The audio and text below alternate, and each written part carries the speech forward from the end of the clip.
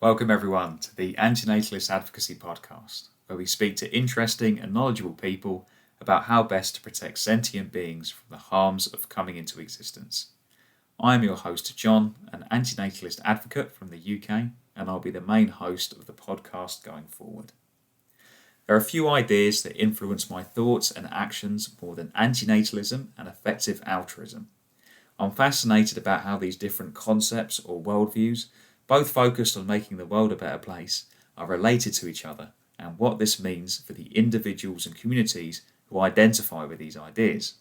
I really wanted to do a deep dive on both when we started this podcast back in July. Now, last time out, on episode 2, we spoke with Amanda Oldvan-Sukanik about antinatalism both as a philosophy and a community, and it seemed only fitting, therefore, to have a similar episode introducing effective altruism. Just needed to find someone within the EA community who is knowledgeable about antinatalism, and I couldn't think of a better person to fit the bill than Michael, aka Vegan Space Scientist. Michael works as a strategy lead and researcher at the Sentience Institute, which is a non-profit dedicated to expanding moral consideration for sentient beings. You'll probably know him best from his YouTube channel, Vegan Space Scientist, where he makes videos on a wide range of topics including animal rights, physics, and recently his experiences in getting a vasectomy. He certainly walks the walk when it comes to not having children. Michael is a long-term vegan and holds a PhD in space science, which is how his YouTube channel got the name, and his impact-focused approach to doing good in the world has certainly been very inspiring for me and many others, which is why we were really grateful to have Michael on the show. Now, Michael is an Australian, which means I had to get up at an ungodly hour to record this podcast, given the time difference between me being based in the UK and him over in Australia. Now, both me and my laptop were a little slow to wake up that morning, which made it difficult for me to operate the controls on the podcast recording software. As such, at the beginning and end of the podcast, I sound quite robotic and clunky as I was trying to fumble around looking for the record button, so you can have a good laugh at that as you listen. Anyway, without further ado, I bring you episode 3 of the Antinatalist Advocacy Podcast with Michael, Vegan Space Scientist. Enjoy.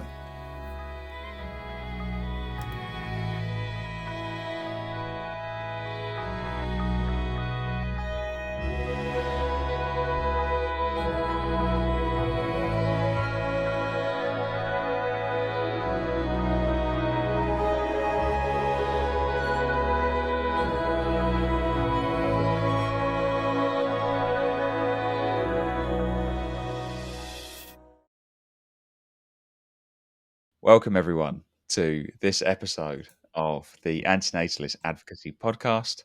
And welcome to you, Michael, Vegan Space Scientist. It's great to have you. Hi, John. Thanks for having me. It's great to be here. Great. So, as pretty much every podcast begins, would you like to start with a bit of an introduction to yourself? Sure, happy to. So I guess start with what I'm doing at the moment. So mostly the main thing I'm doing at the moment is working for Sentience Institute, which is an effective altruism aligned think tank, working as a researcher and also strategy lead. So doing a lot of ops, things like hiring, fundraising, grant writing, all the other behind the scenes charity stuff, but then also working some research projects like thinking about long-termism as it applies to the animal protection movement, for example. Great. Well, I was going to ask, what kind of does the day-to-day role of a researcher look like? Just as interested as someone who's had that job title before, but I understand it's quite different depending on where you work. Yeah, sure. So it could be like just researching and writing either blog posts or papers, which we do a lot. I often spend a lot of time giving feedback on my colleagues' work as well. So we working in Google Docs and giving feedback and reviewing each other's work.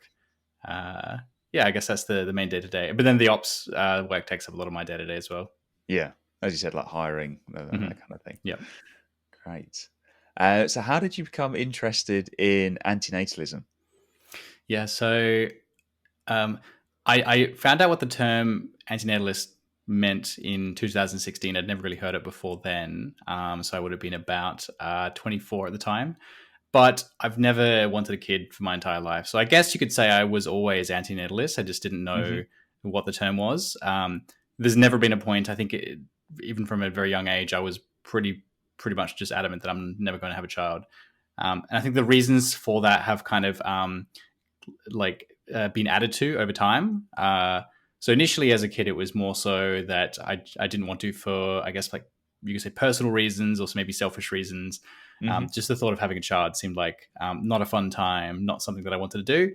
But then over time, I think that got bolstered with more ethical arguments for not having a child. And then coinciding around 2016 when I found out about the philosophy and the movement of antinatalism and realized that that pretty much describes me. This is a bit of a side note, Mm. but I've heard antinatalists being criticised for choosing a philosophy that matches the lifestyle that they would like to have. And this is something I said Yeah. on my first interview on Lawrence Anton's channel, was that, and when I was 25, I was already vegan. I was thinking of not having a kid just so that I Mm. could save money to donate to charity if I did want to have this positive impact. I know it's something we'll get to later.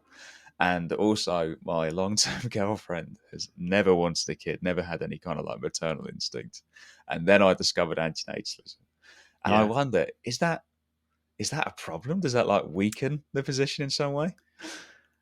So I think it's good to be aware of, because I mean you can experience this in effective altruism as well, where sometimes um, people might get criticized for like coming up with the ethical justification for what they want to do after the fact, where it Yes. should be the other way around. I don't think it's always a problem though, because it could be that it could just be that you got lucky and the thing that you want to do turns out to also be the right thing. Um, Yeah. Something that we should kind of like check, I guess, and be aware of, because there's probably a lot of times when there's something that we do that could turn out to not be the right thing, Yeah. uh, Definitely. and we have to be open to that being the possibility and changing our mind on that. Um, I guess Absolutely. it's just a challenge. And that's my approach as well. Is like, I think it's good to have a healthy degree of skepticism with your own Mm. reasoning, because it's really easy, as you're saying, to reason your way into doing what you want to do. But of course, Yep. this wouldn't just apply for antinatalism, as you say; it would apply for having children as well. I think some Exactly. Yeah. people really want to have kids, and then they reason their way into it being a good thing to do as well. Yeah. On that note, I will say I really sympathize with people who want to have kids but come to the conclusion that it would be ethical to do so. I guess it doesn't feel like there's many of those people, but I have met a few, Yes. and some of them go on to say that they won't have a child, even though that's something they kind of want to do for the selfish reasons. So I mean, I'm lucky, I guess, that that's not me, but I do sympathize with that. I mean, I'm sure that would be extremely challenging. Absolutely. And you meet antinatalist parents, you meet people who really did want to have children. I think I Mm, was more in the camp of, if I was really convinced by an ethical argument, like I probably would have had kids in the end, mm, but I wasn't someone who had that desire. I wasn't thinking about the lifestyle I would want. And for those people who really do want to have that lifestyle, and then um, then refrain from that, take a different path for ethical reasons, I'm just full of admiration for those yeah. people, sure. Definitely. Um, so yeah, how did you become interested in veganism? Just out of interest, because obviously you have the YouTube channel Yeah. Vegan Space Scientist. Yeah, that's right. So I I had never met a vegan uh, until I started going to university, and my best friend was vegan. So An I ethical pest vegan. yes, and I Yeah. pestered him with a lot of questions because I'd never met one. I don't think I probably hadn't heard the term before, to be perfectly honest. I mean, I was aware of what a vegetarian was, but I haven't really met many of them either.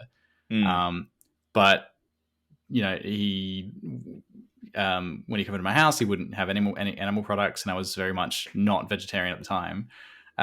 So I asked a lot of questions, and I think I was like probably a bit of a pest in hindsight, but like I was like somewhat well intentioned. I mean, I was like genuinely Yeah. curious, but probably um, you know, if someone asked me questions like that today, I might get maybe a little bit annoyed after the hundredth question. But no, they were very happy to answer my questions and very like calm and told me all their like rationale and uh, explained to me like there are foods that you can eat. It's not like you're going to starve and eat only lettuce and salad. So I think eventually he kind of just wore me down with logic. So after about 2 years, I said, okay, well, I'll try vegetarian for a week. Look, it's probably going to be really hard. I'll give it a go. I'll try it for a week. I'll do this, because it's probably the right thing to do. And I just never stopped because it turned out to be pretty easy. And then after 2 more years of that, I went vegan. I tried vegan for a week and then never stopped again. And that was about 8 years ago now. So in hindsight, I mean, I probably should have done it. I definitely should have done it. I could have done it, I guess, what I'm trying to say, like so much earlier. It just wasn't as hard as I was making it out to be in my mind. Yeah. I think I like had the inclination to do it probably years before I actually went and did it. Yeah, I think I mean, there's a lot of cultural baggage you need to get over to make that step. Yeah. I definitely could have gone vegan earlier. It's been about 7 years for me. But yeah, I think that's a great example of how, obviously, as vegans, we hear the same annoying questions, the same excuses over and over Yeah. and over again. But for the people who are putting those questions to us, this might genuinely be the first time that they've asked someone or heard a different opinion on this. Yeah. And I think your friend is a great example of how, like, the patience and kindness and empathy and just answering the questions in goodwill, how that can have Yeah. a really positive impact and ultimately, yeah, Yeah. Definitely. convert more Definitely. people to the vegan cult. Mm. Yeah. They're more patient than I am, I think, which I aspire to be. Yeah, no, I was about to say, I'm saying I know that this is logically the right approach, but yeah, I definitely, Yeah. sometimes I run out of patience with those For sort sure. of kind of questions. But yeah, I guess how did you become so antinatalist at 24? How old Mm-hmm. were you when you went vegan? Just no interest. Yeah, I always think about this in terms of like the year, but so I guess probably like 21, I want to say 21. 2021. Yeah, maybe 22, but a Yeah, few years before Antinatalist. And then I think I discovered effective altruism actually around the same time as I went vegan. yeah, Yeah. interesting. So yeah, how did you first come across effective altruism? Yeah. So I think for a little while before I came across it, I was already starting to think about. I mean, I'd already like. I think the first thing that kind of got me motivated to do something kind of on a grand scale was like I found out about climate change through my university degree studying climate Hmm. change. I wanted to do something about that. That was part of the motivation for me to become vegetarian initially.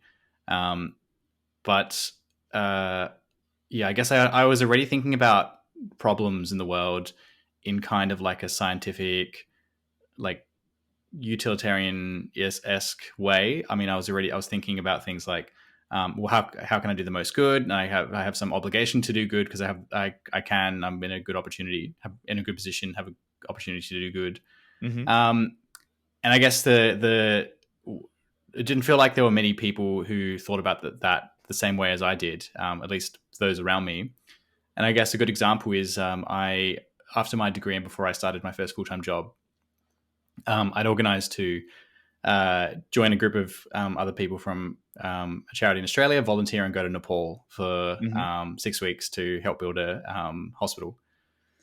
So I paid my own way to go there, and I was kind of in this position where my job told me. I told them what I was doing, and they said, "Okay, fine. You can start work whenever you want. Like, we don't care if you start work now. We don't care if you start work in 6 weeks when you get back. All good." So my like scientific brain started to think about, well, if I start my job 6 weeks earlier, then it's a pretty well paid job. I would have enough money to fund like two more people to go on this trip, Hmm. or I could go myself. And I thought, well, is it better for me to just start my job earlier and not do this, even though like it's something I really wanted to do, like to get hands on and to help people. And I think I'd like expressed that kind of anguish I was having to a few people around me, family and some friends, and they all thought I was crazy. They thought I was like massively overthinking it, being really I'm not sure if obnoxious is the right word, but they really pushed back on it. And eventually I Yeah. was convinced to like go on this trip myself, and I did, and came back 6 weeks later and started working. But just after I came back, I came across Peter Singer's TED Talk about effective altruism, Hmm. and it kind of all clicked. I was like, "Wow, okay, like I'm not completely crazy. There are people in the world who think this way about charity and about doing good. Kind of take the like scientific, cold and rational approach."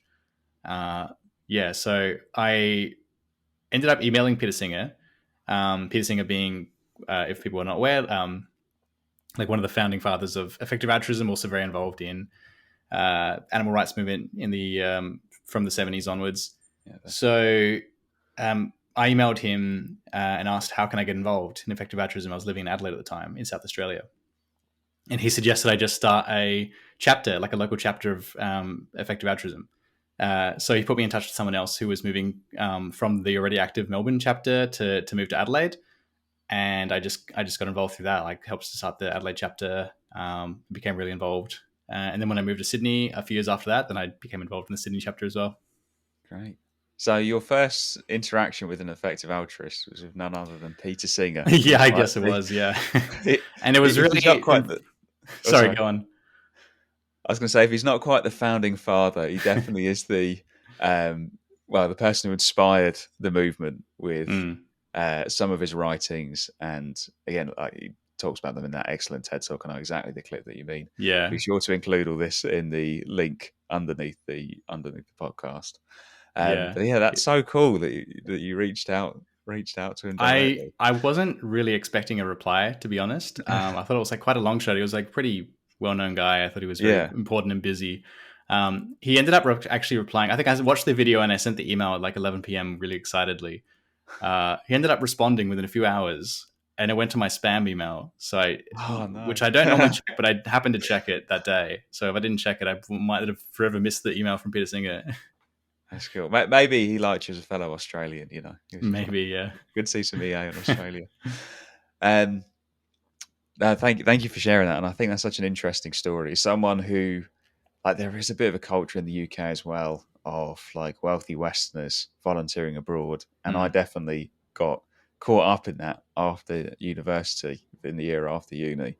And I now do look back and think, man, I spent a lot of money on flights and accommodation, and I did have a wonderful time. But then, when I've expressed these concerns afterwards, people have said, "Oh, you're being selfish. You had this amazing experience," and I said, "Well, I did really have a great experience, but I think, going forward, like taking that cold hard approach of, okay, if I really want to do good, then, as you said, you have to kind of crunch the numbers to some extent and really focus on the most good." And that ties in perfectly to my next question, which is going to be like, what are the basic ideas behind EA or effective altruism? EA obviously being the acronym. The basic ideas behind effective altruism as a philosophy. Yeah, sure. So I like to think of effective altruism as a question. It's about asking the right question. It's not really prescriptive per se, because people do disagree on like what the answer is to the question. But I think the question is just, how can we do the most good with our limited time and money? And in some ways, it's as simple as that. Now, people might disagree on the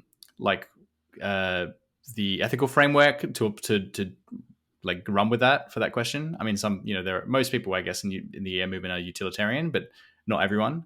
So in some ways, utilitarian being that good and bad actions are based upon outcomes, and a good action is one that produces lots of happiness or well-being, and a bad one's the one that produces lots of like unhappiness or pain, suffering, that kind of thing. Yeah, and that's how we judge our moral decisions, rather than like a rules-based deontological approach, which is more like rights-based, isn't it? Yeah. Thanks for that explainer. So, I guess in some ways it's a little bit neutral to that. It's just really about like, however you want to do good. How do you do the most good? We have limited time and money. We can't solve all the problems in the world, and there are so many. But how can we do as much good as we can? So from that, you've got, I guess, thinking about like, what can we do with our money? Where can we give our money or start projects as effectively as possible? But then also thinking about like, what does that mean? How do we even know what charities to support? So I guess this gets a little bit away from philosophy per se. It's like more practical, but ultimately it's just about that. And I think a lot of people disagree on exactly how to do that. And even when people have the same ethical framework, they might disagree on like specifically what does that mean, what does it imply for like how we should live our lives. But I think that's the general principle, and I think most, if not everyone in EA, can agree with that. And I think that's a really helpful way of like conceptualizing of EA, because certainly from the outside, a lot of people can get bogged down in those practical recommendations, people might be like, "Oh, EA is all about malaria nets," or Mm. "EA is all about being terrified of AI and the Terminator scenario." Yeah. Um, and yeah, I think that was a good point that you made, just as a nerdy philosophy point, that it doesn't have to be like, you don't have to take that utilitarian approach to EA.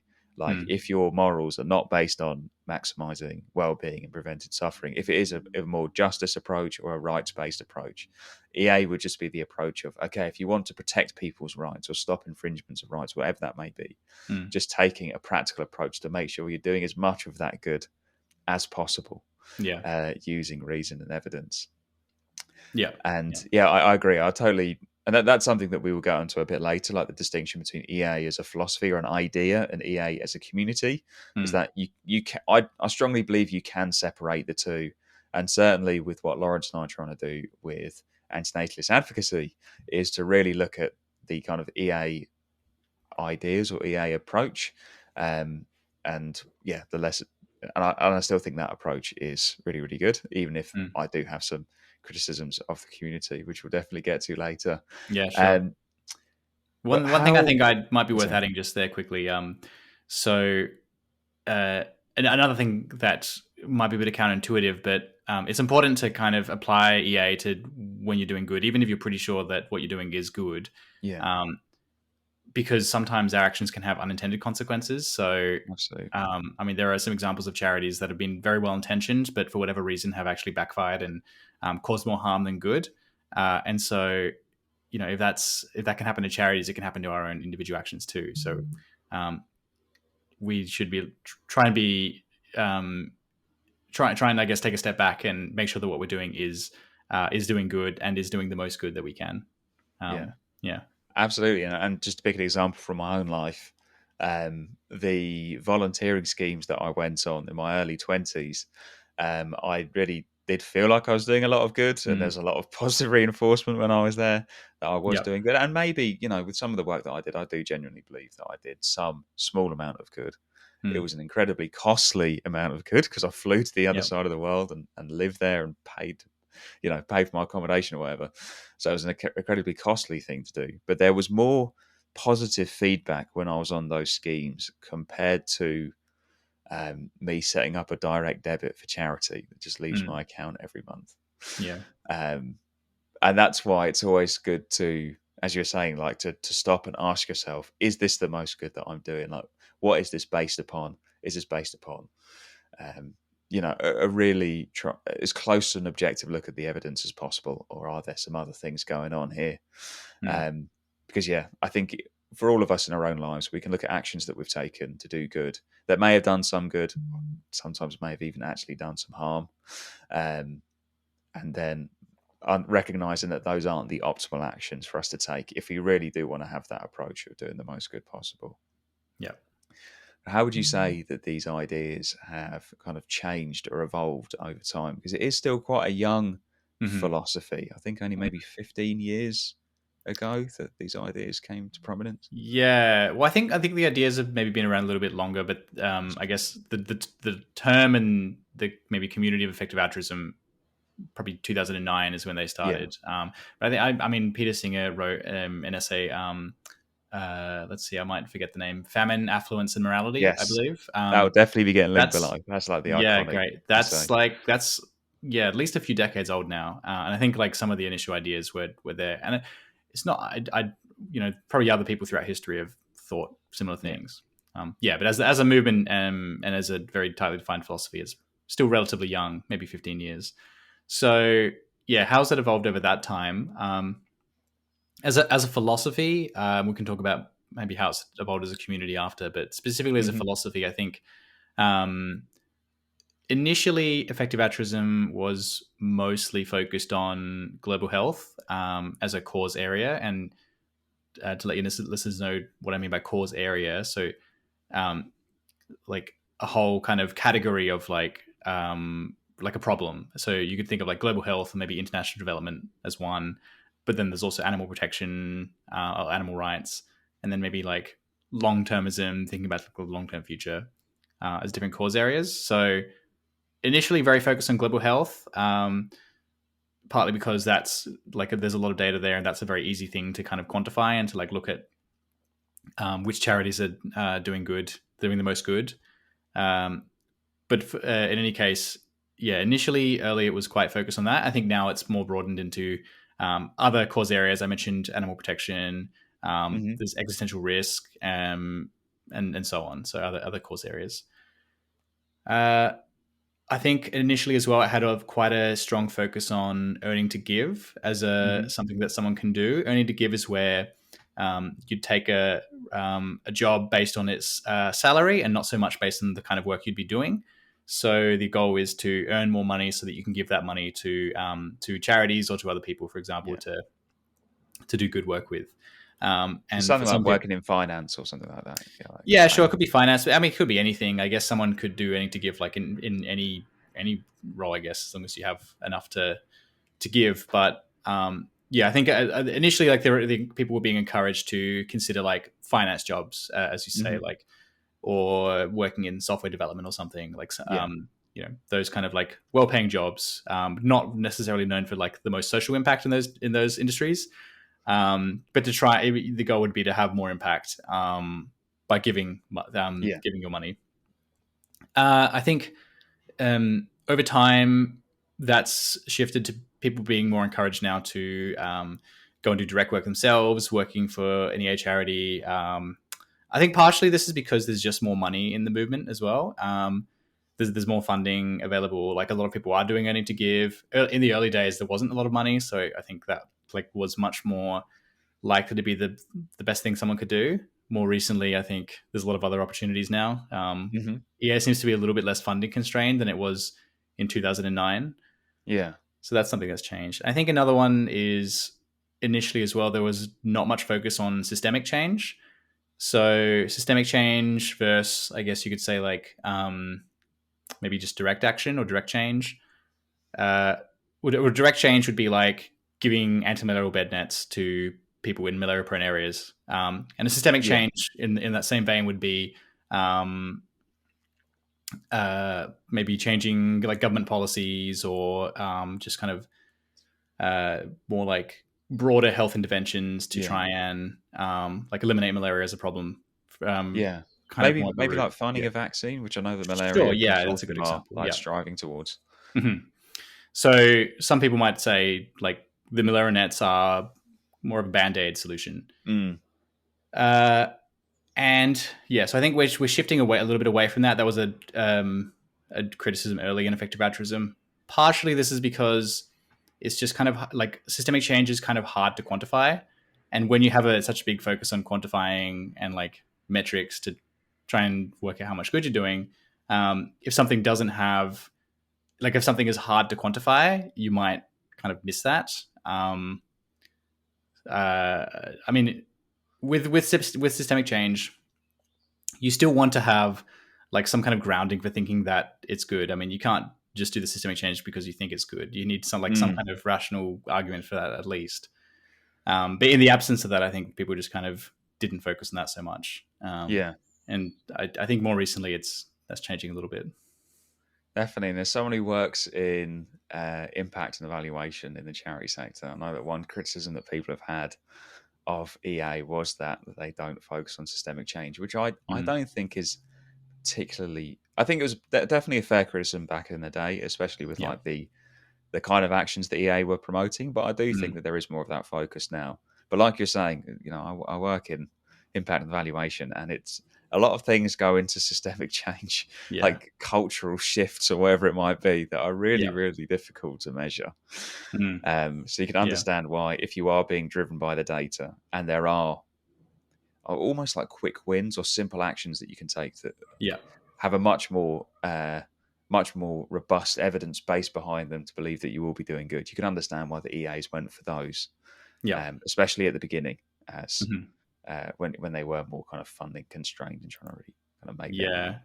Yeah. I Um, guess I like the term of like low hanging fruit. yes, yeah, Being yeah, some of the more direct action, and I think arguably we've like picked a lot of the low hanging fruit, and we've like, I mean, anti-malaria bed nets are, in the early days there was not much funding there, but now there's like so much funding in that yes, space yeah, that arguably, like, we've kind of, I don't want to say like solved the problem, but it's less effective as it used to be, just because it's much less funding constrained. And now there's like, as we kind of pick the ball low hanging fruit, now we start to get up higher to like bigger things like systemic change. Yeah, Yeah. definitely. I mean, when I first found out about EA about 5 years ago, it was around £2,000 to save someone's life Mm. with anti-malarial bed nets, and I think now it's around £3,500, just because of the amount of, as you're saying, the amount of funding that has gone there, Yeah. the less good that you can do. Now, Mm. again, if your focus is saving human lives, £3,500 is still really, really cheap compared to, I don't know, like treating someone for cancer or something Mm. like that. If you Yeah. really want to save human lives and that's your focus, malaria is still a good bet. But it's just an example about how um, the more money you throw at a problem, generally the less immediate good, or the more money or the more resources it will take to have as big an impact down the Yeah. line. And that's something that's key to the philosophy as well, is something around neglectedness.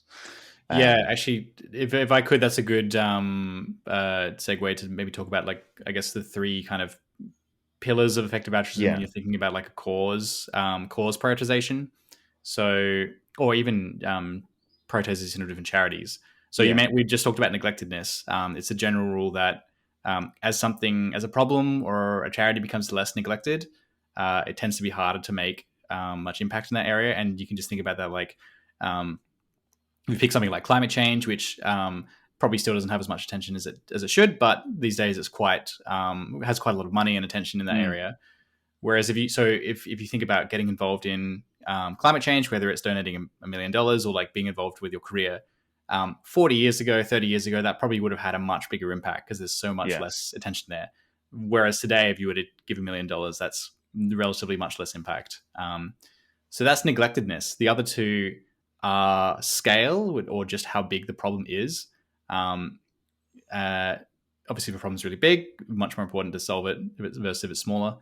And the last one is tractability or solvability, maybe. It's just a measure of like how easy is it to do something about that problem. Because the problem could be really big and really neglected, but if it's just really hard to do anything about that problem, it's probably not worth actually working yeah. on. So if something checks all three of those boxes and you can kind of make trade-offs between them, then that's probably like a really important cause. Or you can do that for charities as well. As I said, that's probably like a very effective charity.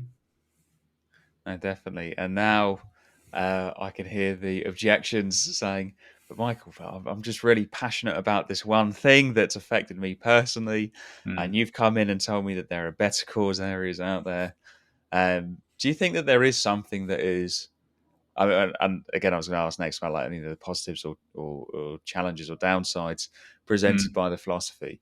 Do you think that that criticism of taking the, I don't know, the heart out of charity, about something about the EA approach being cold or Yeah. unfeeling in a way, do you think that that criticism holds up?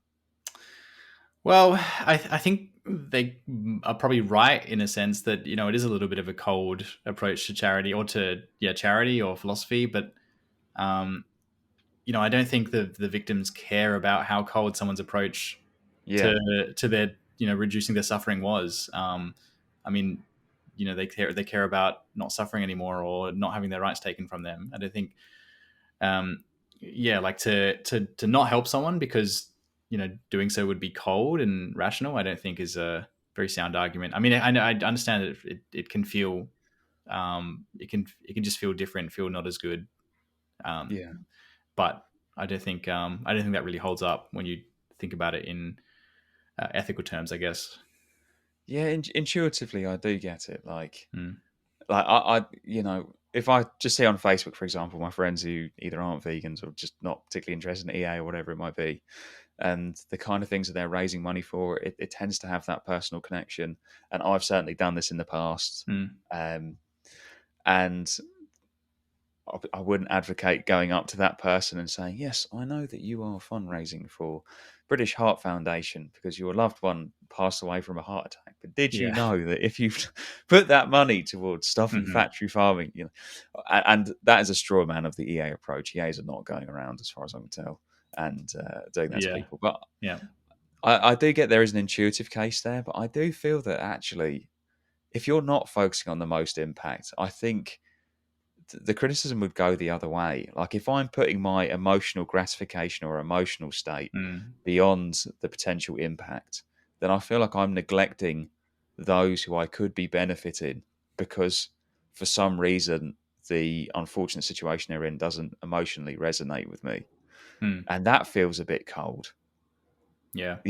Like to go back to the malaria example, living in the West, I will probably never meet anyone who's, well, certainly in a Western, in the UK, for example, where we just don't have malaria at the moment. Mm. That might change with climate change, but we don't have it at the Yeah. moment. I'm unlikely to meet someone who will die of malaria, Yeah. at least living in the UK. Whereas I will meet and have met plenty of people who have contracted cancer and died of it. Mm.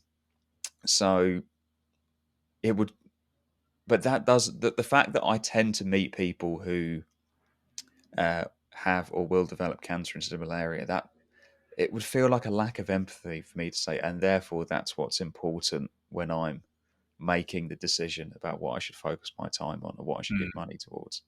Yeah, and the problem I should try and solve. I happen to be close to this problem, even though there's a much bigger problem over here.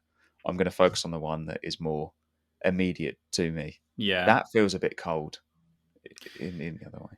Yeah, definitely. And this is something Peter Singer talks about, in where it shouldn't matter where someone is in the world in terms of how important their suffering is. Like if someone's on the other side of the world suffering, that suffering shouldn't be less important than someone suffering next to you. And Yeah. it can certainly be hard to to I guess embody that in your life and in your actions. It's certainly, I don't. I think it's important to realize that, like, as much as I try to, I probably don't act perfectly. Like, you know, my brother's suffering is as important as like someone that's suffering on the other side of the world. Um, Yes. but I aspire to try and act like that, yeah, as much as I can. Um, Definitely. And I was yeah. going to say, and within my own life as well, like our gratification systems, like what we as humans find rewarding or meaningful, they're not particularly attuned in many senses towards Mm. the most impactful solutions. So to go back to the example of me with the volunteering schemes, I had a lot of positive feedback while I was there. It was a really positive and meaningful experience while I was doing that volunteering. And just the other day, I inherited some money and donated it all to charities, like some of the EA recommended charities. And the amount of gratification I got from the weeks I spent volunteering around the world, significantly higher than me Mm. clicking donate on a website somewhere and watching Yeah. these digits leave my bank account. Even though the impact that I've had is, or am expected to have by making that donation, Mm. is orders of magnitude higher than the impact that I had through the volunteering. So yeah, I mean, it's just a point to say that in many ways you can't blame people Mm. for not taking the most impactful approach, or at least not finding the most impactful approach rewarding. Um, like I think we can have some empathy towards that position because I've definitely felt it in my own life, but that doesn't mean that therefore we should ignore the impact. If anything, I think that Yeah. means that we should try and create ways of rewarding ourselves for doing the impactful thing, Mm. such as, I don't know, joining a community where people really value donating to charity or using your career to work on neglected problems, something like that. Yeah, definitely. And one more thing I want to say about, so you mentioned, like, if someone, is really passionate about a particular cause, you wouldn't come up and tell them, have you thought about this other cause? Mm, But so somewhere where, and you obviously have to, pick your time and place to say that. You don't say it when they're raising money for that charity. But um, like, I guess the kind of, well, the way I think about it is the ultimate cause, or the thing that, if someone is suffering because of cancer, it's not the cancer specifically that's the problem there. It's the suffering. And yeah. I think if you, like, sort of almost go up a level of cause, like suffering comes in so many different forms, cancer being one. But if you're trying to just stop that suffering as much as possible, then there might be other ways to do that. And I don't know if that's necessarily a helpful way to, like, try and communicate that. I haven't really tested that myself, but if someone is, very interested, very passionate about a particular cause, it might be worth trying to understand, like, why, what's their motivation, I guess, Yeah. and maybe thinking about other ways that they can achieve that same goal with other causes. Definitely, and that's definitely an approach I've taken towards veganism in the past, Mm. and I'm sure that it would for effective altruism, or at least just taking a more impact-driven approach to doing good. You find out that rather than saying your cause doesn't matter, you say, well, it's great that you're so passionate about this, and then finding out what motivates that, and saying, well, did you know that you could do even more good if you did this? Again, this is the kind of approach I've taken with veganism. It does seem to go well, but as you said, you need to pick your moments Yeah. well, and how you frame your approach, it makes a big difference. If Yeah. someone's raising money for a deceased relative, don't go in all guns blazing Hmm. and tell them to donate to something else instead. Yeah. Yeah. Definitely. But maybe, pick your time and then approach that person afterwards in a really kind of compassionate way, Hmm. and you might be able to win them over. Um, so if we're not convinced by the EA is cold objection, Yeah. what would you say are the main kind of challenges or downsides presented by the philosophy or these ideas? Yeah. I think I think we've talked about a few of them already. So like being like things like systemic change being harder to measure, which is just a Yeah. downside of like being more evidence driven.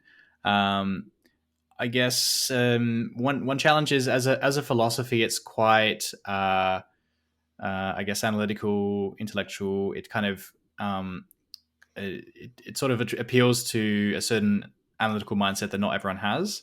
Mm, So it might be hard for some people to really think about it, or for this to resonate with some people, um, depending on their approach to like thinking about these problems.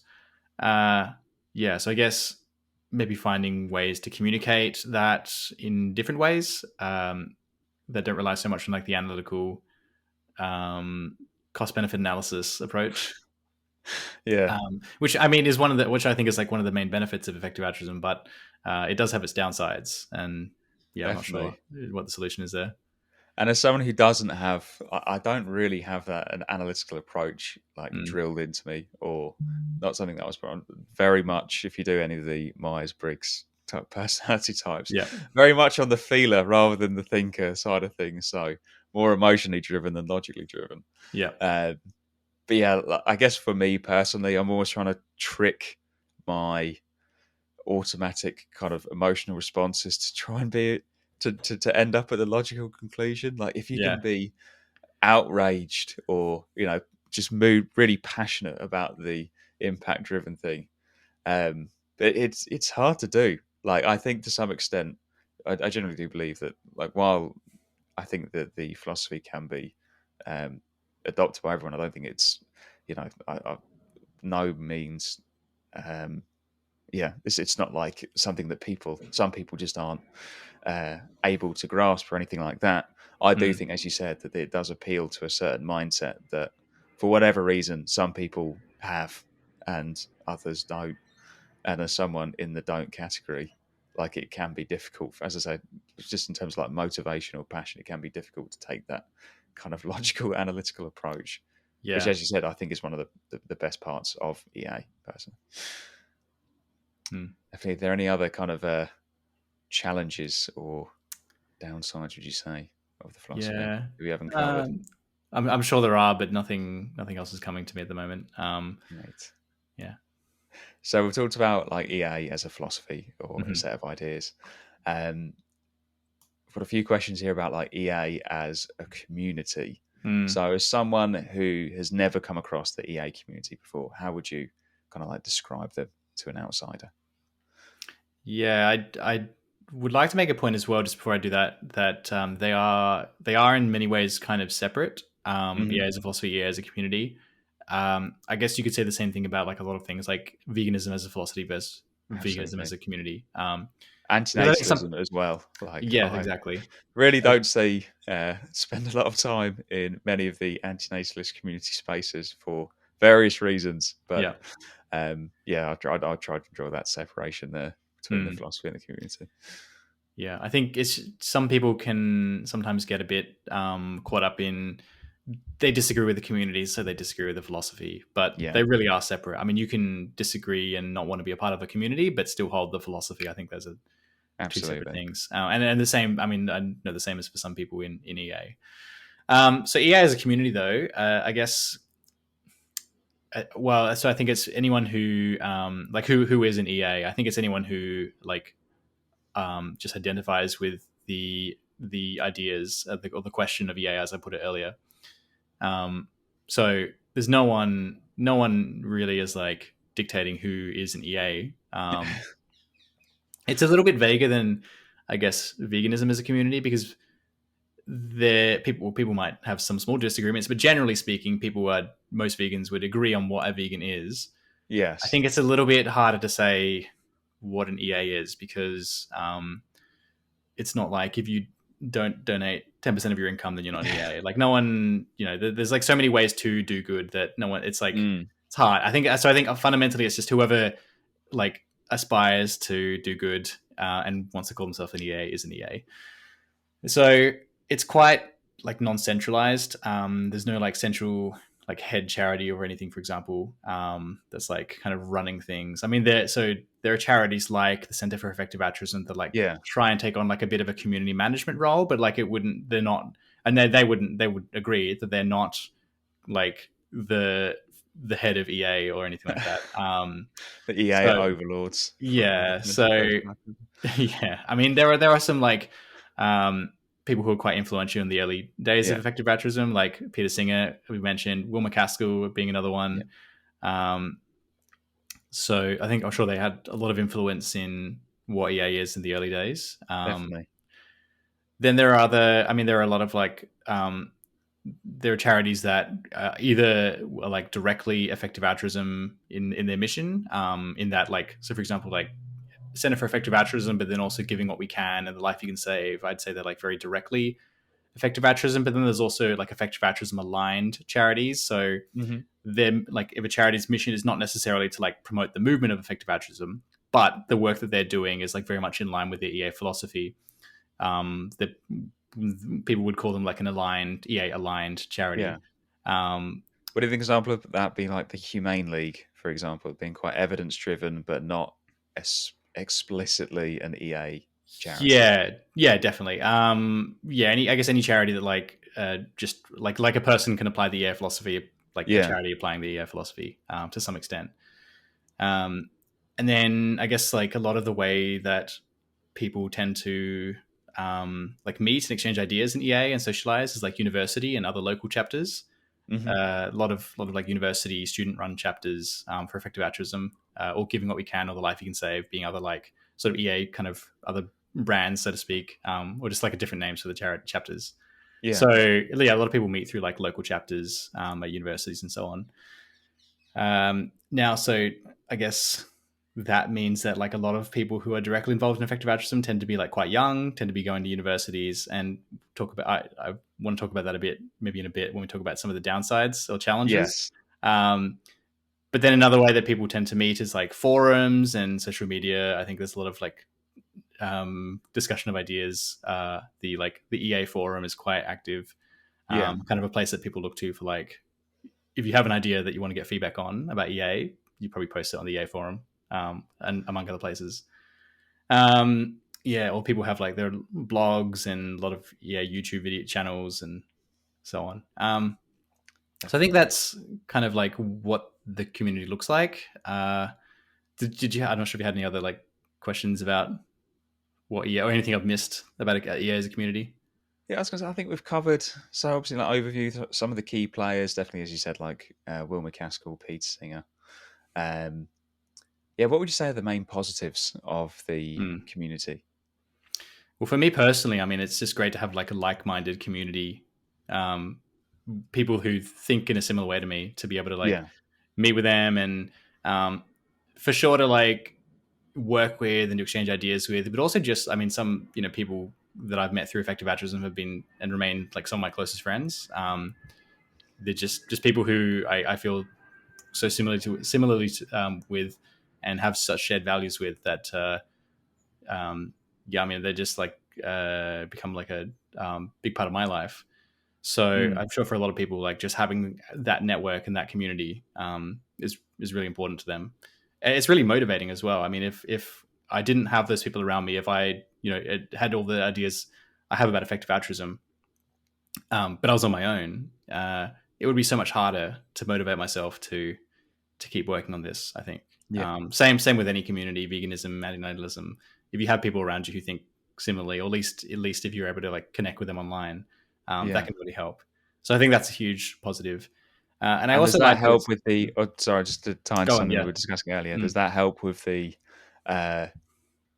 meeting the basic needs that sometimes a cold analytical approach doesn't do? If that makes sense. So Yeah, while it's definitely. not, Yeah, it might not be uh, obviously gratifying to, I don't know, set up a direct debit to charity, yeah. or when you're stressed at work and you've got a million deadlines, Mm. like a community around that is really supportive of people, taking a big gamble with their career to do good, taking a stressful job, Yeah, donating money, that kind of thing. yeah. I That definitely, kind of meets some of those needs. definitely. Yeah, I mean that's just another challenge of EA in general. Like it's people tend to be drawn to things that like give them the warm fuzzy feeling, and Yes. generally that means something like someone, you know like seeing the person that you're helping can really help with Yes. that. Yeah, so typically that you don't really get that with the EA approach so much, but having that community, I mean that does give you some of that, some of those benefits, I suppose. um, yeah, I mean that's it's just a challenge that we have to think about, like people people are just drawn to doing things that make them feel good, and that's kind of, I mean that's just a reality, and it makes sense. Yeah. But yeah, as the community serves a role, I think, in helping to don't want to say combat, but yeah, combat that, I suppose. Definitely. And one thing that I have noticed, again, mostly from the outside, looking in at the EA community, is that there is much more of a norm within EA to be charitable towards people who you disagree with, Mm, and somewhere that people can test ideas that people might disagree with quite strongly, but still maintaining like a degree of empathy or mm, uh, compassion. And again, I don't think that this definitely isn't like a complete rule. Like EA, it's the same as anyone else, can yep, fall foul and be uh, angry and bitter and tear each other down. But I've yeah. definitely noticed a lot less of that within EA compared to other movements, communities trying to Mm. do good in the world. Has that been your experience as well? It has. I will say, I think that can sometimes go both ways. I mean, people are very often like very happy to, have their ideas criticized and to be open minded and think about, what whether their idea might be wrong. Yeah. But where that can sometimes go wrong is, I mean, people sort of like do the reverse of that, where they're like they would like to provide feedback on other people's ideas, and if someone's not receptive to that feedback, that could be a little bit jarring, I suppose. Like Interesting. if someone is like very candid and willing to tell you that some problems with your worldview and why, like some downsides to the way that you're doing charity. I mean, we've talked about this a little Yes. bit, but I mean, people aren't always receptive to that. So I think that's a really strong strength of EA, but it can go a little bit awry when someone maybe on the edge of EA is interested, but not so used to having their ideas challenged in that way. Yes. Even if people can be, even if it's done in like a respectful way, I don't think everyone's receptive to that necessarily. Yeah. I've heard an example of where someone who was fairly new to EA or on the fringes went to like a conference, a big in-person event, and someone told them that speaking to them probably wasn't the best use of their time, kind of walked away. That's And I can yeah, I get mean why that that would be incredibly jarring. But then at the same time, I think you're in a conference and your approach is to maximize good. There's like a logical reason why you wouldn't want to spend your precious time talking with someone who you maybe didn't think it was the best use of time to speak to. But man, that would be tough to hear, well, I don't especially if you're new. yeah, I don't think that describes like how most EAs would act. No, I I mean, think that is like an extreme example yeah, of this logical approach to doing yeah, good, trumpeting like yeah, personal kind of, not decorum, but kind of like like social norms, I guess, yeah, around politeness. yeah. But yeah, I think that I think that is more like of a one-off example. But I can understand why, as you're saying, that kind of people being very candid and being very direct, even if it's done in a kind way. If Yep. you're not used to that and you're coming into that space, that can be quite jarring. Mm. But that does lead nicely on to my next question, which is going to be around what are, some of the main challenges or downsides, Mm. if you like, of the EA community. Yeah, so I mentioned a bit earlier that a lot of people involved in EA, a lot of people find out about it through university. So a lot of, I mean, I guess that's for like where people are open to new ideas, where there's a lot of communities and societies and so on. Like a lot of EA chapters have popped up in universities. Um, but then I guess the downside is maybe a little bit of a problem with diversity, Yes. not just of I guess things like race and gender, but also like class, I suppose. Like not Yeah. everyone has access to university, so not everyone necessarily has the same access to like these ideas. Um, so I think EA can come across as a little bit elitist sometimes, but not so in that regard. But then also I think this was a criticism along with the earning to give approach, sort of like saying that, well, so someone might say like, oh, are you only saying that?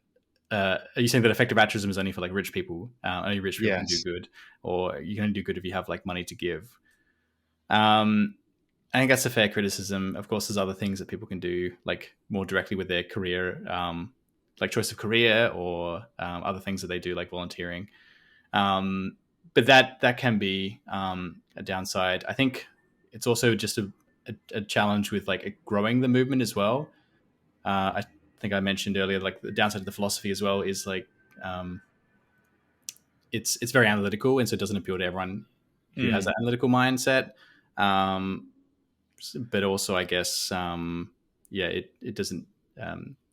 We miss out like in different parts of the community because um, if someone is like not analytically minded or doesn't go to a university, um, I guess we haven't been able to tap into those communities as there's other like Yeah. demographics as much, I suppose, with effective altruism. And I mentioned diversity. I mean, partly because it's so prevalent at universities. Universities are a very select group of society already, and Yes. then I think EA can like compound that a little bit. So EA is like relatively like male dominated, relatively like middle to upper class, relatively white. I think EA is doing better at this over time, and I think the Center for Effective Altruism is doing some work in like community health and um, trying to like improve the diversity of the EA movement. Probably still some room to go though in that respect. Yeah. No, that's definitely a criticism from the outside, and I have seen efforts to, as you're saying, like efforts to address that, Mm. and an open acknowledgement that this is a problem within EA is that lack of diversity, as you said, lack of diversity in lots of different aspects. Um, I was wondering, just one thing that I've kind of observed a bit from the outside, and this is probably going to be poorly formulated, but it'd be good to see if this has been your experience as well. We were talking earlier about how uh, like EA is very like analytical and logic driven approach. I wonder if sometimes with EAs they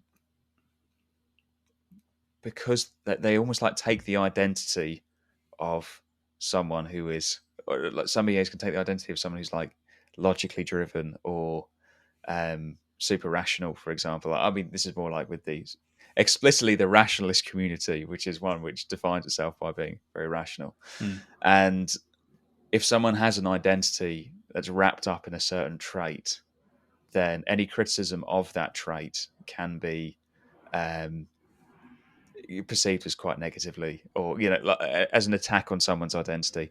So, just to give an example, especially online, I've come across EAs justifying why they personally don't need to give to charity, or why they personally don't need to eat meat, need to stop eating animals or go vegan. And I've kind of felt like I'm looking at someone who has again, as we were saying before, kind of got the lifestyle that they would like. They identify as a logical person, and then are convincing themselves that for logical reasons that they are making these choices, rather than kind of an acknowledgement that this is just the lifestyle that they would like, if that makes sense.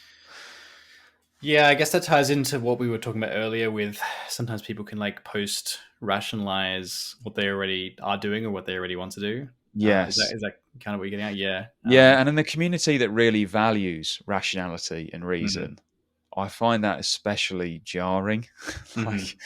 Like, when I see EAs, for example, that make excuses as to why they personally don't, for example, take the giving what they can pledge for the Yep. 10%, or why, what their work is just so important that they need to go skiing on their holidays and spend all that money there, or Mm. even my work is just so important I can't even think about the animals in factory. Any moment of me thinking about going vegan is a moment that is wasted on me stopping AI from killing everybody, that kind of thing.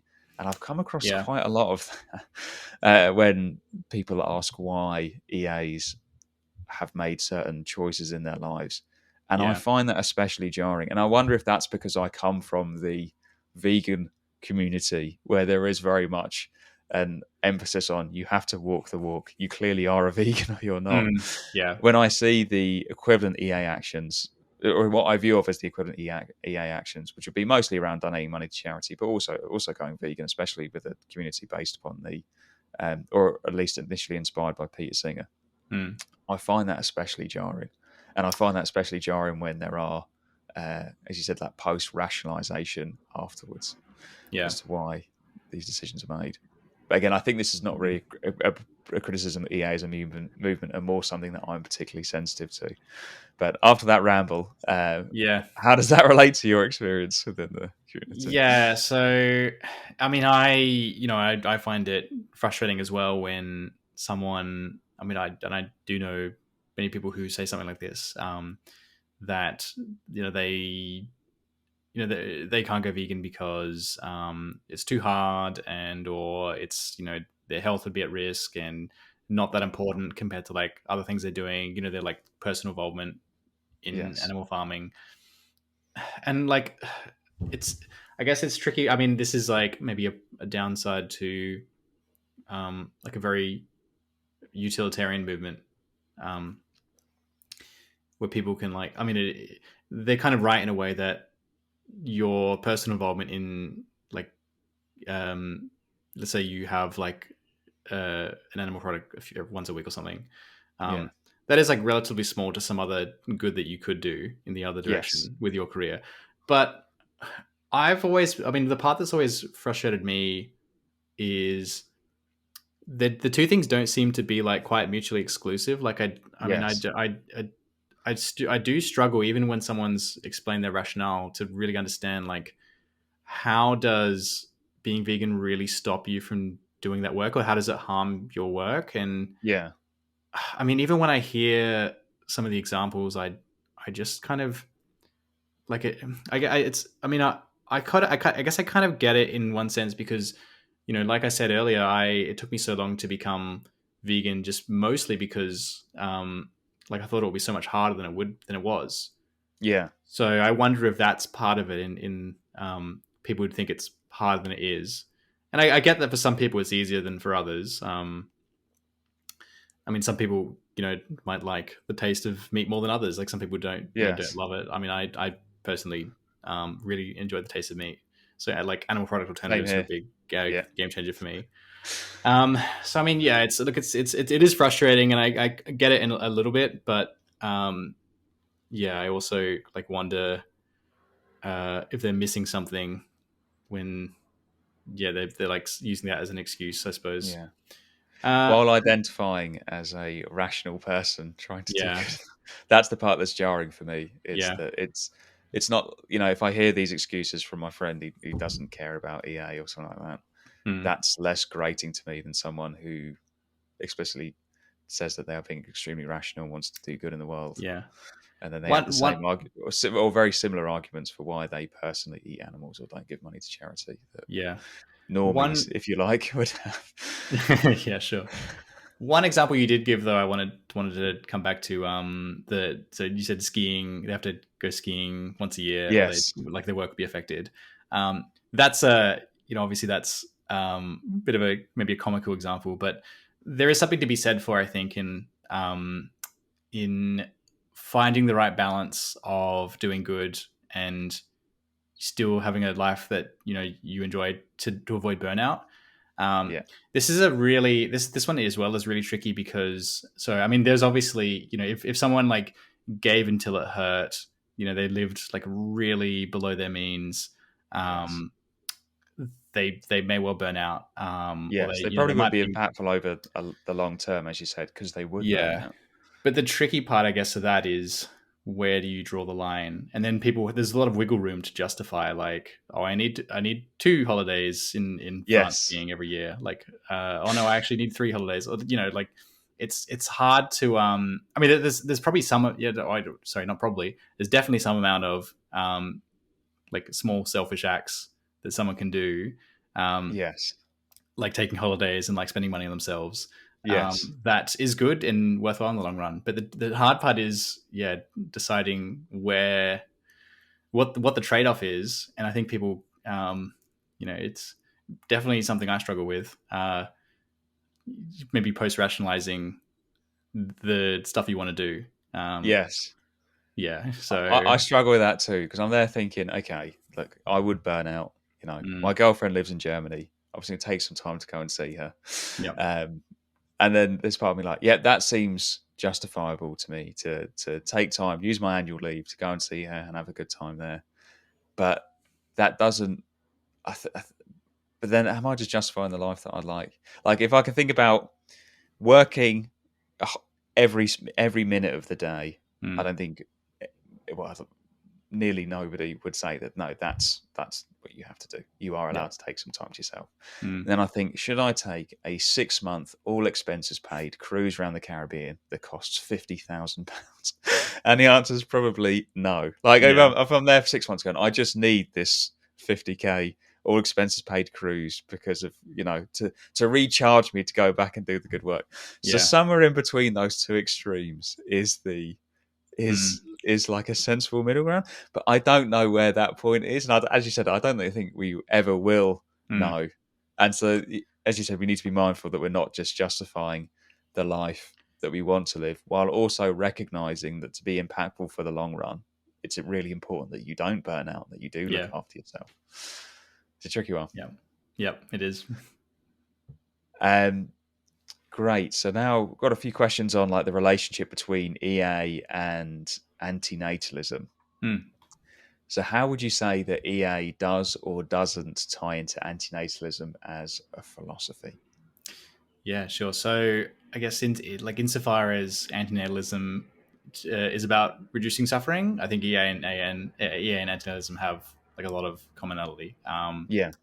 Yeah, I think uh, where antinatalists see a problem, I'm sure that applying the EA approach to that would be useful for them. Yeah, so I think there is a lot of overlap. I guess but while EA is usually is technically neutral to the ethical framework, as I've said, it's many EAs do tend to be classical utilitarian. Um, this doesn't always have perfect overlap with the hard antinatalist view or like the person Hmm. affecting view necessarily. So I think there is some disagreement with some in the EA community and probably the like what I'd call the like hard antinatalist or probably what others would just call like regular antinatalist, Yes. the regular antinatalist view. So And sorry, this is the idea, sorry, that it's always wrong to create new yes, I sentient was about beings. to. That would be like the hard antinatalist view. Yeah, yeah, and then the Yeah. soft antinatalist is or who coined this one? David Pearce. Yes. David I Pearce think says that soft antinatalism is for all practical purposes. Currently, you think that procreating is wrong, but you don't think it's necessarily always wrong in the same way that other antinatalists might. You might, for example, you might yes. think that like maybe in 200 years when we fixed overpopulation, et cetera, et cetera, et cetera, it might be on the margin good to procreate, Yeah. but at the moment it's not. So And if I'm right in thinking, yes, you're a soft antinatalist. I would describe myself as Yes. probably like more of a soft antinatalist. Yes. And I would as well, even though I'm Okay. obviously hosting a podcast called Yeah. Antinatalist Advocacy. I'm very much thinking, okay, in this current context, in 2023, where we live, is it a good idea to bring new sentient beings into existence? And the answer I arrive at is a fairly overwhelming no, Mm. but not a no that could never be shifted Mhm. by external circumstances. I'm not convinced by the ideas that it is always wrong to create sentient beings. And to be fair, Mm. I've never seen, well, he probably has. There's a decent chance he's been asked this, but certainly when I've heard David Benatar argue for antinatalism, he is talking Yep. about the current context. He's talking about human lives or the lives of sentient beings, especially lives like farm animals, as Mm. they come into the world, as it exists now, contain quite a lot of bad, and Yep. that is behind his antinatalist conclusion. Um, so, yeah, I take the view that there could be a point where creating sentient beings could be a good idea. I'm just not Mm. convinced that it is right now, Yep. and not in my own life for Mhm. sure. Yeah. And as you're saying, because of the utilitarian kind of approach rather than the rules based approach to doing good, it feels like EA, which tends to take that more utilitarian approach and less of that rules based approach, Mhm. it wouldn't necessarily tie in with that hard, always wrong to procreate kind of philosophy. Yeah. Yeah. Example, I think of this. We haven't really talked about um, existential risk or long termism as like Yes. cause areas of effective altruism. So just to back up a little bit, like I've mentioned global health and animal protection, but some other cause areas are existential risk is the idea that there are potential catastrophic things that could occur, whether natural or man-made. So natural example might be asteroid impact or super volcano. Man-made example might be nuclear warfare, engineered pandemic, AI, for example. Things that people are worried about that could potentially end all human life or end all life on Earth. Mm. And the argument for why this is bad is because it eliminates like all the potential good that could come after that. I mean, if there's no more life, then there's no more life forever. And some people think that we have a lot of like potential to kind of expand and spread like happy lives throughout the cosmos. Not everyone in EA agrees with that per se, but I guess that's definitely something where an antinatalist might disagree that existential risk is maybe not so bad. They might think Mm. if all life became extinct tomorrow, let's say. So yeah, I guess. But where not? So I said that not everyone agrees with that. I guess because there's another. Existential risk, but then also another aspect of long termism, which is thinking about the long term future and considering lives, let's say lives 1,000 years from now, being just as morally worthy as like lives today. Yes. Another aspect of long termism is S risk or suffering risks. So Yes. these are potential scenarios where like you could have just enormous amounts of suffering, more suffering than exists now on Earth, kind of Yeah. spreading throughout the cosmos. For example, like if let's say we spread wild animal suffering to other planets or factory farming Yes. to other throughout the galaxy or something, like these sort of scenarios. It's hard, sometimes hard because they sound a little bit sci-fi-ish, and it's because they don't really exist at the moment in such a grand scale. Sort of does rely on like a longer term kind of future technology. Mm. But these are probably some scenarios where people might say, well, it could be that like extinction is better than that scenario. Yes. And that's certainly a view I take. I think that life continuing is not necessarily going to be good. I think there's a lot of ways that it could be terrible, actually, on Absolutely. expectation. Yeah. So, Certainly, when you get to yeah. colonizing the galaxy, the idea Hmm. that is as much suffering that there is on the world in the world right now, and the two examples you gave of wild animal suffering and factory farming, both horrific.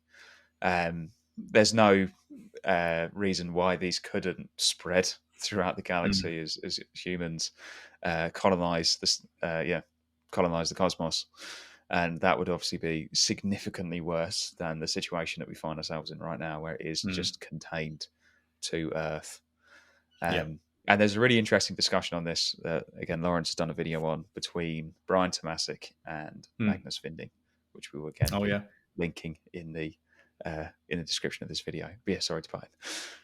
No, Carry on. I think that's mostly what I had. I mean, I was just to summarize, I guess, like yeah, I think there's a lot of overlap between EA and antinatalism. I think there's also some areas where some people in EA and some antinatalists would definitely disagree. Absolutely. But then for a lot of, I think, like in the shorter term, I think for a lot of like practical purposes, you'd get more overlap than maybe in the longer term, kind of more theoretical kind of Yeah. perspective. Like, for example, well, I wouldn't necessarily agree with hard antinatalism, but pretty much anything that like an antinatalist might advocate for in like a practical short term view, I'd probably agree with, and like I'm sure a Yeah. lot of EAs would agree with as well. So yeah, I think that's where a lot of the overlap comes in.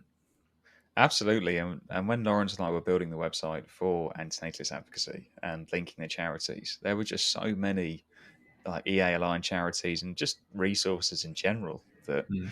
really aligned, especially in terms of like practical next steps of what we can do. So EAs would support things like reproductive choice with some like family empowerment media, Yeah, opposing factory farming, wanting to do something about wild animal suffering, wanting to yeah, do something about potential AI suffering, which I know the Sentience Institute is focusing on a lot at the moment. So there is just a lot of overlap um, in the kind of tangible next steps or tangible steps that an individual can take that can maybe get lost, as you said, if we focus on the more theoretical kind of long-term stuff, which is mm. extremely important. Don't get me wrong, but yeah, I think that there are probably more areas of overlap than may meet the eye, and that leads on to my next question, which is going to be around like EA community attitudes towards antinatalism, and that's antinatalism both as a philosophy and then also like the antinatalist community. What are your thoughts? Yeah. I think I broadly. So, well, first of all, I think as not a lot of EAs may probably know about antinatalism or are very Mm, familiar with it. I actually, yeah, don't know. Um, I guess like and antinatalism is like effective altruism, like still relatively new in people in like not a completely brand new idea, but like as a movement, still relatively new. yes. And so, yeah, I guess while there might be like in theory a lot of overlap, I think just because of a circumstance, not a lot of people do know about antinatalism. Yeah. Um, I think, but then so I see like the three areas of effective altruism, antinatalism, and veganism. They all have a lot of overlap, and I Definitely. like do know quite a few people who are more so for veganism and antinatalism. I see that as having like a stronger overlap the strongest overlap out of the three.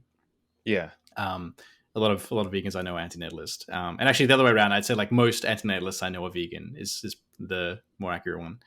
Yes. Um, yeah, in theory, effective altruism I think should have a lot of overlap with antinatalism. I think it just happens that like not a lot of people are really very strongly familiar with the ideas of antinatalism or don't know much about it yet. Mm. Yeah. Yeah, that's why I was asking those questions at the beginning about when you kind of found out about those philosophies, Mm, because I've now met a few people in the antinatalist community who've had like a similar experience of kind of finding out about those three and in whichever order, mm, and like being attracted to the overlaps between the three. Um, yeah, I think interestingly though, when we do get to some of those theoretical, like the long term disagreements, there is where there is that kind of conflict. I have come across again. It's a case of like going and searching for it, so it's not like this immediately jumps out at you as soon mm, as you enter an EA space. I have found some quite strong disagreement between antinatalism and uh, well, even some of the leading lights in EA, like Will McCaskill, Toby Ord, who's another philosopher who helped form EA with Will McCaskill. mm, He was very much interested in this long-termist idea of protecting the long-run future. And I think that there potentially is, as you were saying, like within the EA community, that many EAs aren't familiar with these ideas, or maybe you've heard about these ideas only through a criticism of them from people who quite strongly disagree with them in the long term sense. Do you reckon that there is a role for antinatalists to become more, or to get more involved in the EA community and start kind of normalizing these ideas, or spreading them in a way? Yeah, I think so. And yeah, I guess in the same way that maybe like a vegan who has heard about effective altruism, there's some value in like them Yes, becoming more involved, normalizing like veganism within EA, and vice versa. Actually, I think definitely. like EA is becoming involved in the vegan movement and maybe like talking about how to help animals more effectively, or effectively as you do that. Um, yeah, like how to maybe do like advocacy more effectively, thinking about like Yeah, evidence. Yeah, so I think there's all three. I think there's value in trying to be involved in all three. Yeah, for sure. Yeah, definitely. And without blowing our own trumpet, like Lawrence and I definitely had these kind of ideas when we were thinking of antinatalist advocacy, and yeah, certainly going through the website, where hopefully the overlaps are not too, they're not hidden. They're trying yeah, hopefully quite avert that.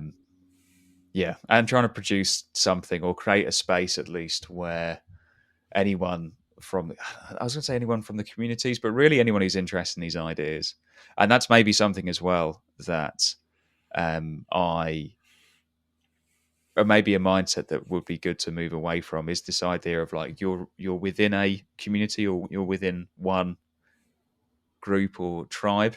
And I noticed that I've been doing it throughout the interview, saying, oh, like as an outsider to the EA mm. community.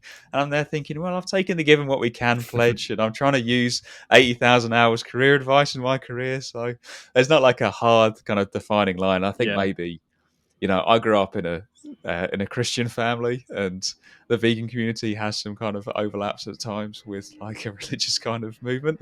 yeah, That maybe I do have that kind of you're within this community or you're not kind of approach that maybe sure. Yeah, we want to move away from. But yeah, I would definitely echo that. I would definitely encourage people of all communities. I think that they all really do have something to offer, and more overlap between the three, I think, yeah. would definitely be a good thing. Hmm. Well, great. Was there anything? Uh, of course, we covered quite a lot today, and Yeah. apologies for jumping around quite a bit in this interview as well. But was there anything else that you wanted to cover today that we haven't already covered? Yeah. So I think one of like my still biggest reasons for being for not procreating myself, in addition to like the antinatalist philosophy, is I guess the opportunity cost. And I think this would be an overlap between antinatalism and effective altruism. Um, Yes, like having a child is like a massive cost, both absolutely. monetarily Yeah, and on your time and energy. So for me in Australia, and I did go kind of do an estimate, it would take it would cost about 500,000 Australian dollars on average to raise one child where yep, I live. Uh, so I mean that's a huge cost. That could be. We talked about the how cheaply you can save a life through like antimalarial bed nets or some other way. That's like potentially hundreds of lives that I could be yeah, saving, rather than just having one child. So I mean that's like a really big motivation for me. Yeah, in terms of like thinking about what even if I did want kids for selfish reasons, could I justify it knowing that? And I guess it can always say post rationalizing yes, maybe, but for what it's worth, like I don't think I could justify it. Not to mention the time and energy that I know I'd not have, and then not be able to do as much good in my spare time, yeah. or through my career even. So yeah, I think that's something that um, yeah, probably EAs and Antinatalist could both get on board with. Definitely. I did the same calculations actually in the UK. So, like a Mm. low figure in the UK, a low ballpark figure is £210,000 to raise a kid. Yep. And a high ballpark figure, just if you were focusing on anti-malarial bed nets, like saving human lives, like if you use that £3,500, then you could save 60 lives Mm. for the cost of creating one kid who Yep. didn't ask to be here, that doesn't have any needs to meet of their own. For me to create someone and meet their needs, I could have saved 60 lives of someone, Yeah. of people who do exist right now Yep. and are suffering and will, potentially die, or would die if I didn't donate that money. And Mm. that is just focusing on saving human lives. Potentially, if you by donating to things like the most effective factory farming charities, you can scale up and do just a huge amount of good with all that money. So, Yeah, for sure. um, yeah, definitely the money point, also the time point as well. Like, having children is very difficult. And that obviously it's rewarding in other ways, but especially in the early stages, like having children could be, quite energy sapping and a really big burden. Like, no, any parent will tell you that having kids is not easy. Yep. And so, if you really are looking to do good in the world, just sitting down and, as you said, like almost like running the math, Yeah. just calculating is, in terms of your time, resources, but also your energy, can you be doing so much more good Mm. by not choosing to procreate? And the answer in just about every case, maybe some very fringe hypotheticals that I can think of, Yep. like you knew that your kid would be the one who would cure cancer or whatever it would be. Yeah. People have Yeah. grand ideas of what their kids are going to achieve. But yeah, in just about every real world scenario, the answer Yeah. is that you could probably just do a tremendous amount more good Mm. with the resources for those beings who either do currently exist, or in the case of something like factory farming, and this aligns with antinatalism, by stopping beings from coming to existence who would live truly terrible lives. You can just do so much good by not procreating. And that is definitely one of the EA related reasons why I first became interested in antinatalism, for sure. Mm. So we've talked about some of the things that you're working on with the Sentience Institute. Are there any other kind of Mm. projects or anything else you'd like to shout out? Maybe something from Yeah. the Vegan Space Scientist YouTube channel? Oh, sure. Well, just from the Sentience Institute perspective, I think something that probably a lot of your listeners would find useful to know about is so we've pivoted to doing. Historically, Sentience Institute has been more focused on animal protection. We've Mm-hmm. pivoted a little bit recently to looking more at digital minds. So both people's Yes. attitudes towards digital minds, AI, if and when they become sentient, but also how do we protect the interests of sentient digital minds. If and when they come about. I think that's it's worth, even if there are no sentient digital minds at the moment, it's worth thinking about that problem now so we can try and either stop them from happening or make sure their interests are um, in a good place when they come about. So Absolutely. I was going to say yeah. that's something that Lawrence talked about, comparing like artificial sentience, these digital minds, compared Mm. to, you know, uh, animals, human and non-human animals. Is that when human and non-human animals come into existence, it's like a gestation period. There's like some stuff Mm. that needs to happen. It's got an onerous process. But just Yeah. imagine that we could just, as easy as it is to copy and paste some Oh word yeah. files, to Yeah. just be creating all of these digital minds, and as well, like, and again, you'll be able to explain this better than I can, but in the same way that a pocket calculator is millions of times more efficient than you are at processing mathematics equations, yeah, can just calculate things so much better. It's not impossible that a digital mind could process and experience the negative feelings of suffering uh, in ways that humans and non-human animals are constrained by. Mm. Yeah. And I think Yeah. that definitely Definitely. ties into your point around S risks as well. Yeah, for Um, sure. Yeah, that's one I didn't mention when I gave some examples of like factory farming and wild animal suffering spreading. But yeah, yeah, I mean, it would probably be so easy for a digital mind to reproduce. As you said, it's like absolutely, yeah, it probably wouldn't be much more complicated than like copy pasting. So, I mean, once you get that on like a cosmic scale, that's quite terrifying, especially if they're leading lives of like a lot of suffering, or if we're like exploiting digital minds like on a mass scale to as a workforce, but we're giving them no rights and absolutely, similarly to how we have factory farming. Yeah, so I think this is something that antinatalists should be at least aware of and thinking about, because it is a new potential source of like procreation in a sense. definitely. And so some people like the philosopher Thomas Metzinger, they're advocating for like a moratorium on the development of artificial sentience. Um, Wow. and yeah, I think like probably people who follow the antinatalist perspective probably wouldn't disagree with that. Absolutely, yeah. Yeah. Great. And then you mentioned my YouTube yes. channel. Yes. Vegan Space Scientist. So I do a lot of different videos in there, mostly like talk about philosophy or science, to like explainer videos. I'm a vegan and I'm a space scientist by trade, so that's where the name comes from. So I've got some space videos there, but also just like science, skepticism, and a whole bunch of different things.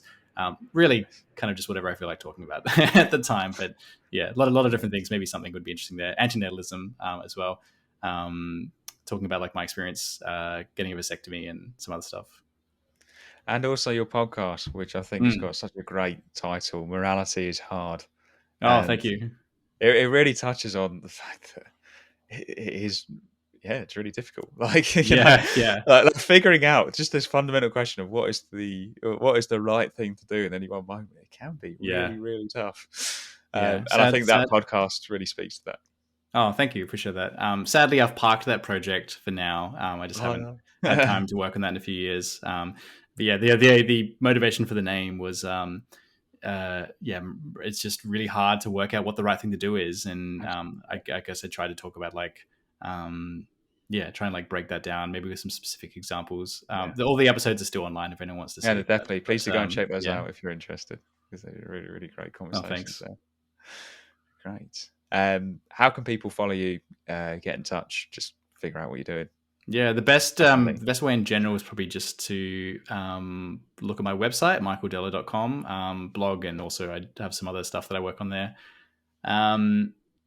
Or I'm not super active on social media at the moment, but sometimes I am. Twitter, my handle I think is I've actually forgotten it, to be honest. I think it's Michael Della. But maybe I'll message you after, and if you want to put that there. Or my YouTube channel. I think those are the three best ways. Right, sounds good. And then one thing I try and do with these podcasts, understandably, like antinatalism can be seen as quite a depressing or pessimistic or down kind of philosophy and community. So I always try to end this podcast on a positive note. So what would you say is something kind of like antinatalism related that you're feeling particularly positive about at the moment? I guess one thing that I like to think about, and this is not just really an antinatalist positive thing, but maybe for effective altruists in general as well. Like things are generally getting better in a lot of ways. Like across a lot of like important metrics, like childhood mortality is going down year on year for the last 100 or so years.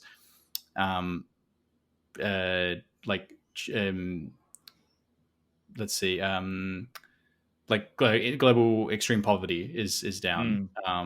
So like a lot of things that I guess like some of these are like motivations for antinatalism or kind of tie into like population growth. But I guess even though the world population is still going up, like in a lot of other perspectives, like childhood mortality going down, I think is good. That one can be, of course, a bit counterintuitive sometimes. Might think like, well, if childhood mortality is going down, does that mean population growth is going up? But typically, where we see child mortality go down, it actually reduces population growth. Long story short, because people if childhood mortality is very high, people tend to have more children to make sure that there are enough children alive to like take care of them when they're older. So you might have, if there's a 20% chance of your children might die, you might have 5 to make sure at least 1 or 2 survive. But if there's like a 99.9% chance your children will survive, like there is in Australia where I'm lucky enough to live, population growth tends to go down in countries that go in that direction because you don't need to have as many kids. So these things like these are improving globally slowly over time, and that's that'll affect population growth. So I'm sure antinatalists can take that as a win. Definitely, and that is something, as you said, that might be quite counterintuitive, but just from an antinatalist perspective, like fewer sentient beings being brought into existence, and those that do come into existence living better lives than they otherwise would have done. So that's definitely a positive thing. But thanks so much again for coming on, Michael, and thanks so much for your work as well. Well, thank you, John. I appreciate it, and you too.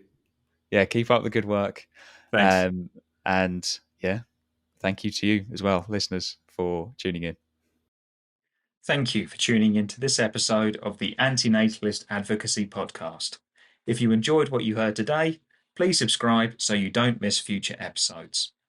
To find out more about AA, including careers advice, donation recommendations, and different ways to get involved, you can go to our website at www.antinatalisadvocacy.org. To keep up to date with what we're up to, feel free to subscribe to our monthly newsletter and follow us on your favourite social media platforms. Links to all of the above are in the description. As always, we are hoping you will join us in our antinatalist